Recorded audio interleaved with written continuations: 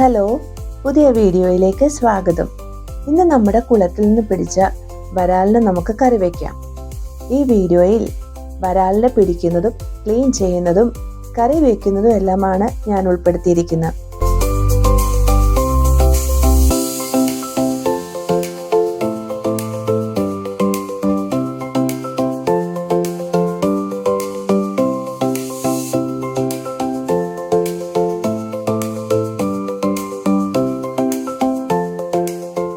ഈ മീന് വെട്ടാറുള്ളപ്പോൾ ചാരം ഒന്ന് പുരട്ടിയിട്ടാണ് ഞാൻ വെട്ടുന്നത്. ഇത് കയ്യിൽ നിന്ന് വഴുതി പോകാതിരിക്കാനായിട്ടാണ് ഞാൻ സാധാരണ ഇങ്ങനെ ചെയ്യാറുള്ളത്.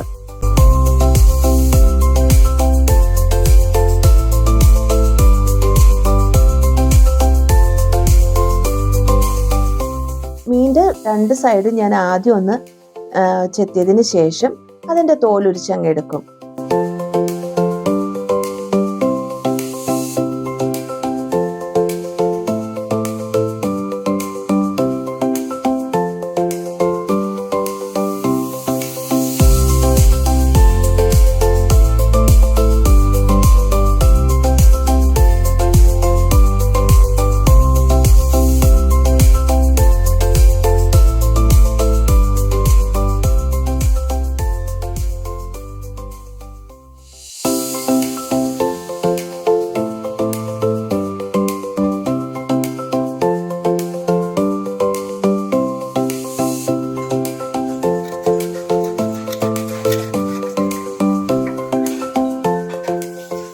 മീൻ നല്ലതുപോലെ കഷ്ണങ്ങളാക്കിയതിന് ശേഷം ഞാൻ ഇതിലേക്ക് കുറച്ച് കല്ലുപ്പിട്ട് പുരട്ടി വെക്കും. ഏകദേശം ഒരു അരമണിക്കൂറെങ്കിലും ഞാനിതിങ്ങനെ പുരട്ടി വെക്കാറുണ്ട്. എന്നിട്ട് കറി വെക്കുന്നതിന് മുമ്പ് വീണ്ടും ജസ്റ്റ് ഒന്ന് കഴുകി ഞാൻ എടുക്കും. ഇങ്ങനെ എടുക്കുമ്പോഴൊക്കെ ഈ മീന് പൊടിഞ്ഞു പോകാതെ നല്ല ഉറപ്പോടെ ഇരിക്കാനായിട്ട് അത് സഹായിച്ചിട്ടുണ്ട്.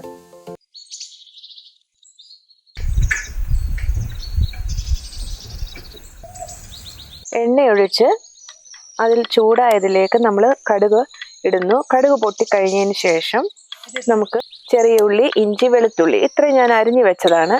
ആദ്യം നമുക്ക് ചെറിയ ഉള്ളി ഇടാം.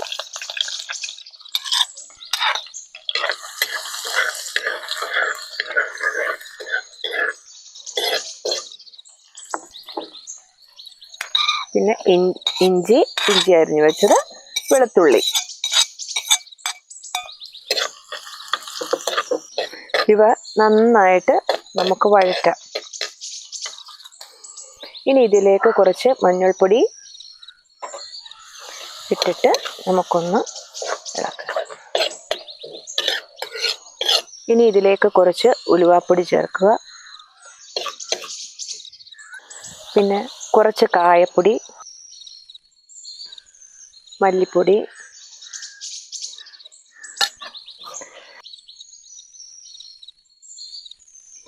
മുളക് പൊടി,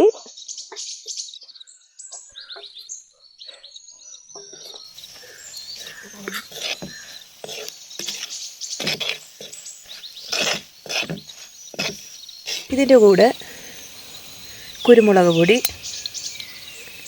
ചേർത്ത്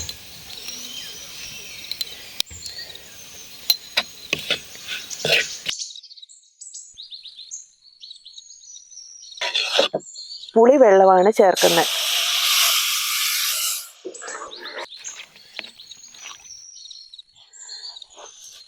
ഇനി നമുക്ക് കുറച്ച് കറിവേപ്പില ചേർക്കാം. ഇത് നമ്മുടെ വീട്ടിലെ കറിവേപ്പിൽ നിന്നുള്ളതാണ്.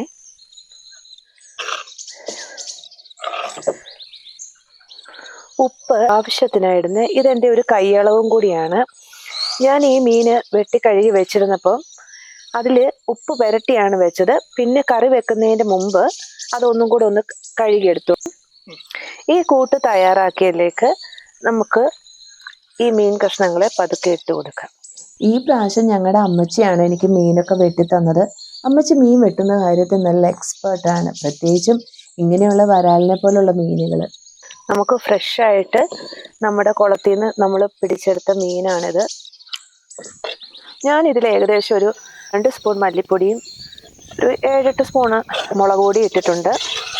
മുളക് പൊടിയുടെ കണക്കെന്ന് പറയുന്നത് നിങ്ങളുടെ ഓരോരുത്തരുടെയും വീട്ടിൽ ഉപയോഗിക്കുന്ന എരിവിൻ്റെ അനുസരിച്ചിരിക്കും. ഇനി നമുക്കിത് അടച്ച് വെച്ചൊന്ന് തിളപ്പിക്കാം. ഇത് ഇന്ന് കറി വെച്ചിട്ട് നമ്മൾ നാളെ കൂട്ടുകയാണെങ്കിൽ ഈ വരാലും മീനും നല്ല ടേസ്റ്റ് ആയിരിക്കും. നമ്മുടെ മീൻകറി നന്നായിട്ട് തിളച്ചിട്ടുണ്ട്, എല്ലാം പാകമാണ്. അതുകൊണ്ട് നമുക്ക് കുറച്ച് കറിവേപ്പിലയും കൂടെ ഇട്ട് നമുക്കിതിനെ ഒരു 10 മിനിറ്റും കൂടെ ചെറിയ തീയിൽ നമുക്ക് ഒന്ന് അടച്ചു വെക്കാം.